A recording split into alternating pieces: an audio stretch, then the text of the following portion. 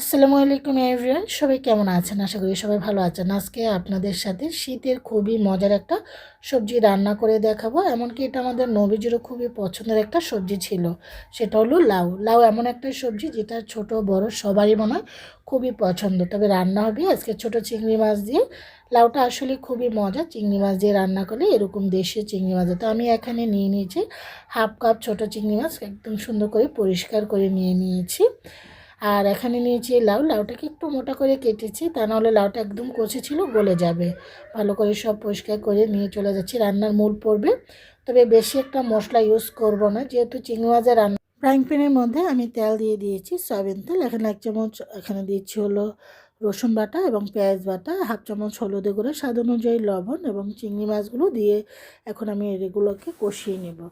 তো চিংড়ি মাছগুলো একসাথে দিয়ে দিয়েছি, কারণ এটাকে কষিয়ে নিচ্ছি। আর দেশীয় চিংড়ি যেহেতু, এখন আমি এখানে 10-12টি কাঁচামরিচ, এখানে গুঁড়ামরিচ ইউজ করবো না। আর এগুলো ধনিয়া, বড় বড় ধনিয়া পাতার ডাঁটা ছিল, ভাবলাম এগুলো দিয়ে দিই।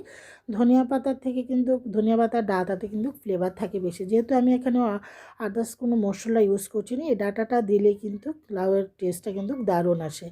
আমি এখানে একটু পানি দিয়ে দিচ্ছি, আর এখানে কাঁচামরিচটা দিয়ে দিচ্ছি, যেহেতু গুঁড়ামরিচটা দিইনি। শুধু এখানে কাঁচামরিচটা দিয়ে রান্না করব, এতে করে কালার এবং স্বাদটা দারুণ আসে। লাউ আসলে বিশেষ করে অনেকেই আছে কাঁচামরিচটা দিয়ে রান্না করে থাকে, আর গুঁড়ামরিচটা ইউজ করা হয় একটু লাল কালার আসার জন্য। আমি পানি দিয়ে মশলাটাকে কষিয়ে নিচ্ছি। আর এখানে কাঁচামরিচগুলো মিডলে ফালি করে দিচ্ছি, যেন লাউটার মধ্যে যেন ঝালটা বের হয়ে যায়। মশলাটা কষাতে কষাতে তেলটা উপরে চলে এসেছে। এখন আগে থেকে সে কেটে রাখা লাউগুলো দিয়ে দিচ্ছি। একটু মোটা করে কেটেছি, তা না হলে লাউটা গলে যাবে। এটা যেহেতু একদম কচি ছিল লাউটা, সেজন্য একটু মোটা করে কেটেছি। তারপরে দেখা গিয়েছে গলে গিয়েছে। লাউ খুবই সুস্বাদু এবং খুবই মজাদার স্বাস্থ্যসম্মত একটা সবজি। এটা আমাদের নবী করিম সাল্লাল্লাহু আলাইহি ওয়াসাল্লামের কিন্তু খুবই প্রিয় একটা সবজি, এবং এটাকে বেহেশতি ফল হিসেবেও কিন্তু আমরা জানি। এটা এমন একটা সবজি, এটা যে কোনো জিনিস দিয়ে রান্না করা হোক না কেন, এটা ছোট বড় আমার মনে হয় সবারই খুবই পছন্দ। এটা যে কোনো জিনিস দিয়ে রান্না করলে অনেক সুস্বাদু, খেতে কিন্তু অনেক মজা লাউটা।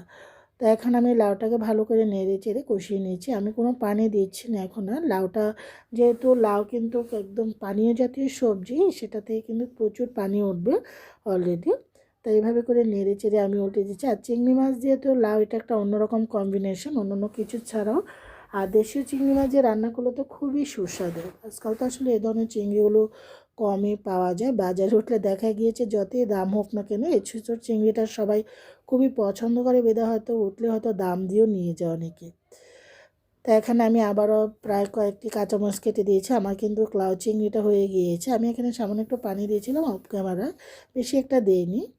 দিয়ে এখন এখানে কাঁচামরিচটা দিয়েছি, যার সুন্দর একটা ফ্লেভার বেরোবে। আর ধনেপাতা, ধনেপাতাগুলো হলো আমাদের বাগানের একদম কচি অরিজিনাল দেশীয় ধনেপাতা ছিল, সেগুলো দিয়ে দিয়েছি। সুন্দর একটা গন্ধ বেরোচ্ছে। আমার কিন্তু লাউ চিংড়িটা হয়ে গিয়েছে আলহামদুলিল্লাহ। এত সুন্দর গন্ধ বের হচ্ছে। ধনিয়া পাতা, আসলে দেশীয় ধনিয়া পাতার ফ্লেভার কিন্তু অন্যরকম, একদম কচি ছিল।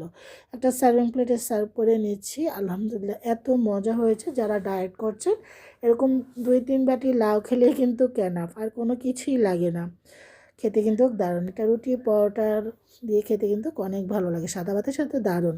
সবাই ভালো থাকেন। আল্লাহ হাফিজ।